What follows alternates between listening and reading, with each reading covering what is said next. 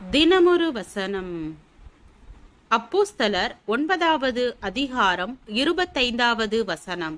சீசர்கள் ராத்திரியிலே அவனை கூட்டிக் கொண்டு போய் ஒரு கூடையிலே வைத்து மதில் வழியாய் இறக்கி விட்டார்கள். ஒரு ஒட்டகத்தின் மேல் இருவர் பாலைவனத்தின் வழியாக பயணம் செய்து கொண்டிருந்தார்கள்.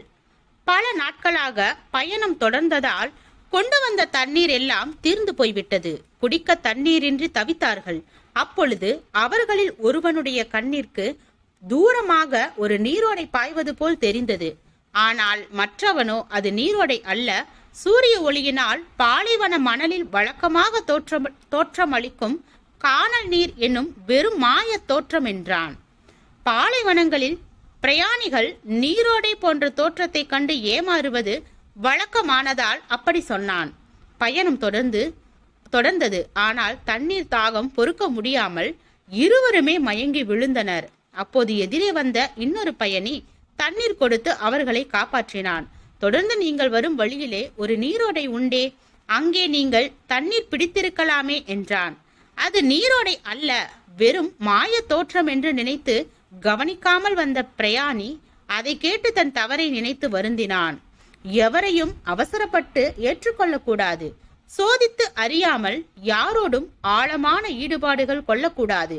அதே வேளையில் எல்லோரையும் சந்தேக கண்களோடு பார்ப்பது நல்லதல்ல. போலித்தனங்கள் பெருத்த இந்த நாட்களில் உண்மைக்காகவும் சிலர் உண்டு.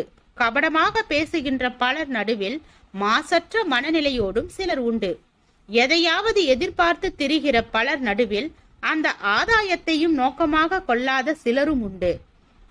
வாழ்க்கையில் சில வேளைகளில் சில மனிதர்களால் நாம் ஏமாற்றப்படலாம், அல்லது சில கசப்பான காரியங்களால் பிறரால் நாம் காயப்படலாம்.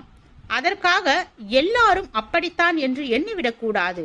அந்த அளவுகோலை நாம் உபயோகித்தால் சில வேளை நாம் சில நல்ல மனித உறவுகளையும் இழந்து விடுவோம். ஜாக்கிரதையாக இருக்கிறோம் என்ற பெயரில் நாம் எல்லோரையும் புறக்கணித்தால் சிலரால் வரவேண்டிய நல்ல காரியங்களையும் நாம் இழக்க நேரிடும். யூதாஸ் இயேசுவை காட்டிக் கொடுத்தான். அதற்காக இயேசுவின் சீடர்கள் எல்லாரும் காட்டிக் கொடுத்தவர்கள் அல்ல. பேதுரு மறுதலித்தான். அதற்காக இயேசுவின் சீடர்கள் எல்லாம் மறுதலித்தவர்கள் அல்ல. ஆம், எதிலும் கொஞ்சம் யோசனை செய்து சோதித்து பார்க்க வேண்டும். ஜெபம். தேவனுக்கு ஸ்தோத்திரம். தேவனே, நாங்கள் எங்களுடைய வாழ்க்கையில் தேவ ஐக்கியத்தில் நிலைத்து இருப்பவராகவும் வேத வாக்கியத்தை பின்பற்றும் மனிதனாகவும் வாழ கிருபை பாராட்டும். ஆமென்.